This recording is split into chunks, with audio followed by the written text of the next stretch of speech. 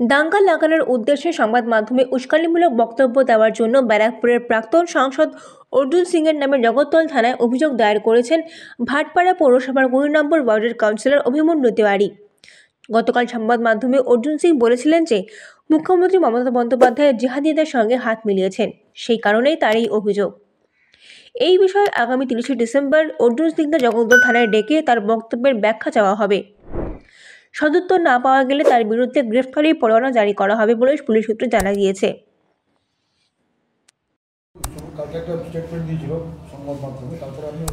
যখন আপনি এই স্টেটমেন্ট অর্জুন সিংয়ে যিনি পুরুষ সাংসদ আছেন ওনার এই স্টেটমেন্ট যখন আমি দেখেছি, আমি হৃদয়ে অনেক আঘাত পেয়েছি।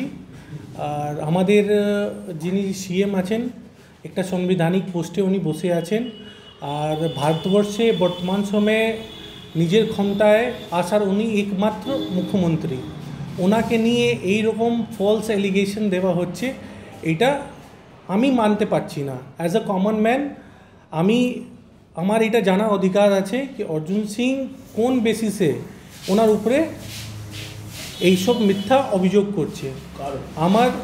আমার পুলিশ কাছে একটাই দাবি আছে কি ওনার থেকে এই ইনভেস্টিগেশন করার, কি উনি এইসব ইনফরমেশন কোথায় থেকে পাচ্ছেন। যখন এই ইনভেস্টিগেশনে দেখা যাবে কি না অর্জুন সিং ঠিক মতন জবাব দিতে পারছেন না, তাহলে লফুল ওনার উপরে অ্যাকশন নেওয়ার জন্য আমি জগদ্দল থানা আইসিকে রিকোয়েস্ট করেছি,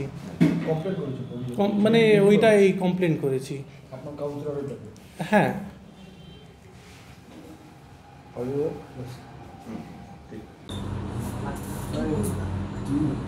ওই ভাটপাড়া পৌরসভার ২০ নম্বর ওয়ার্ডের কাউন্সিলর জগদ্দল থানায় অভিযোগ দায়ের করেছেন প্রাক্তন সাংসদ অর্জুন সিং নামে।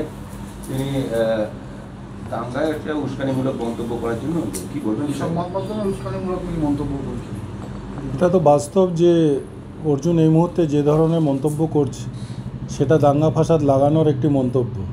উনি মাননীয় মুখ্যমন্ত্রী মমতা বন্দ্যোপাধ্যায়কে বাংলাদেশি জিহাদের সাথে হাত মেলানোর কথা বলেছেন। এই ধরনের মন্তব্য মানে কি হলো যে কমিউনাল একটা কোনো রকম মুসলিম বা একটা সৃষ্টি তৈরি হোক যেটা এখানে দাঙ্গা ফাসাদ হবে। আর ওনার কাম্যই সেটা, কেন 2019-এ দেখা গেছে যে উনি দাঁড়িয়ে থেকে মানুষের বাড়িঘর পুড়িয়েছে এবং বোমগুলি চালিয়েছে। তো উনি মেন্টালি অনেকটাই প্রবলেমে আছেন, উনি মেন্টালি পুরোপুরি অসুস্থ।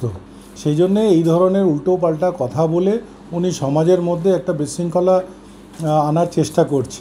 আমরা সেই জন্যে এটাকে বলেছি যে এই ধরনের মানুষকে একদম উপযুক্ত শাস্তি দেওয়া উচিত। তিনি যে এই কথাগুলো বলেছেন তার বিরুদ্ধে কাউন্সিলর অভিমন্যু তিওয়ারি একটা এফআইআর করেছে। আর আমরা এটাকে বলেছি যে ইমিডিয়েটলি ওনাকে ডেকে এর উত্তর দিতে হবে এবং প্রমাণ দিতে হবে, নাহলে ওনাকে জেলের হাওয়া খাওয়াতে হবে। আর সমাজকে এটা বুঝিয়ে দিতে হবে যে শুধুমাত্র মিডিয়ার সামনে এসে বললেই হবে না, তার যথাযুক্ত প্রমাণ কিংবা তার কোনো রকম দস্তাবেজ রাখতে হবে। খালি আসলাম আর মুখে বুলি ছেড়ে দিলাম সেটা করলে হবে না। এই সন্দেশটা দেওয়ার জন্য সমাজে এই এফআইআরটা করা হয়েছে, আর এর প্রপার ব্যবস্থা নেওয়া হবে এবং এর শাস্তিও হবে।